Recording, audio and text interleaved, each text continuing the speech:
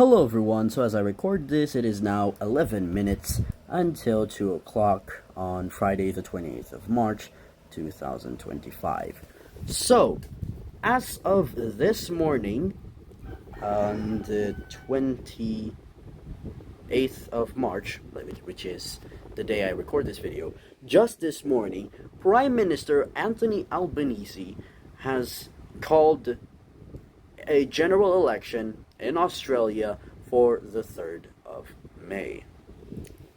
So, yes, this is another election to watch out for, and you might be noticing that I have talked about elections in foreign nations lately. Don't worry, I will also talk about the Philippine midterm elections. Okay, don't worry about that. That's a guarantee. I will talk about that election. But for now, Australia, they will have an election on Saturday, the 3rd of May. And just this morning, Prime Minister Anthony Albanese has called the election. He has now officially called it. The original election date, I think, it was supposed to be the 12th of April, I think. Oh no, that's oh no, I think it was it's a Monday. Never mind. He was supposed to call an election early, I think it was supposed to be for early or mid-April, but because of because of Cyclone Alfred hitting Queensland, it got delayed. But now it's been called. So the Australians, 18 million Australians, will be voting on the 3rd of May.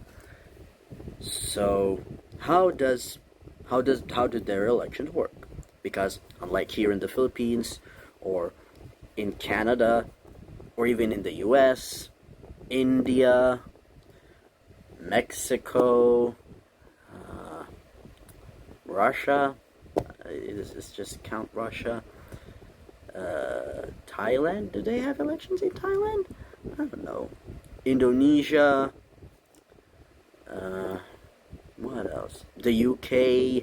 Unlike those nations, Australia uses a preferential voting system, more commonly known in the US, or it's more commonly known here, ranked choice voting. I don't think anyone has called it ranked choice voting here because the concept just doesn't have high traffic, or just didn't gain high momentum.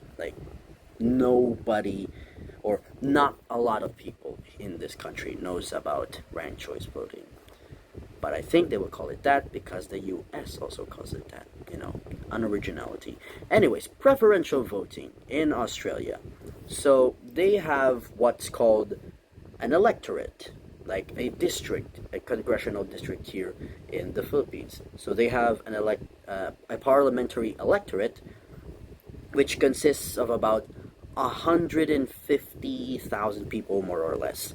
That's just an average. And what happens in a preferential voting system is that there are a list of candidates, each from different political parties, because only one person gets to run from each political party. And in that list, they will rank their candidates from most to least preferred. Excuse me. Anyways, yeah. They will put a number, 1, for their most preferred candidate, and however many candidates to be the least preferred, the last candidate to be the least preferred. So if there are 8 candidates, 1 is for the most preferred and 8 is for the least preferred.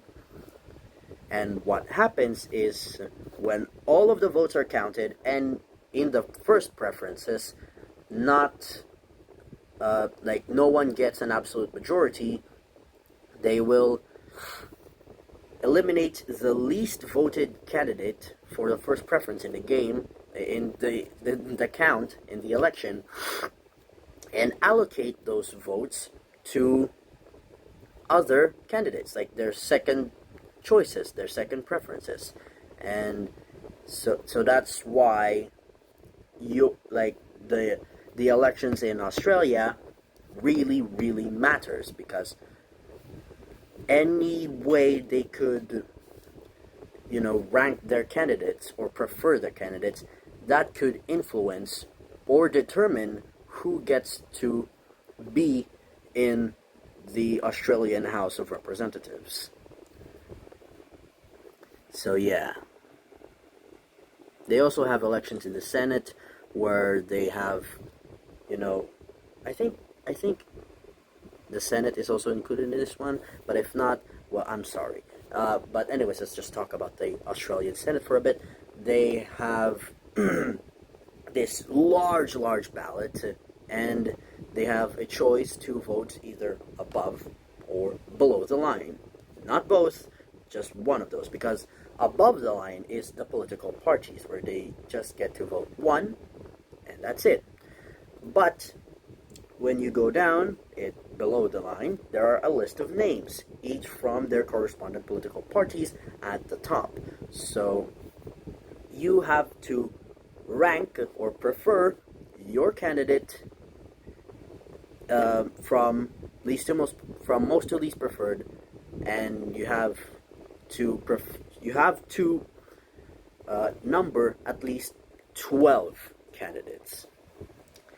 So yeah, it sounds a bit complicated, but it's actually quite simple, because you just have to vote. You don't have to count the votes, because counting is really complicated. Like, who are you going to allocate the party vote to? To which person? Like, it's gonna be a bit complicated. But yeah, I think I have over-explained a bit. I don't know. I'm sorry for putting you in such trouble. Anyways, yeah, that's it for this video. Thank you so much for watching. You now have to stare at my face for 10 seconds.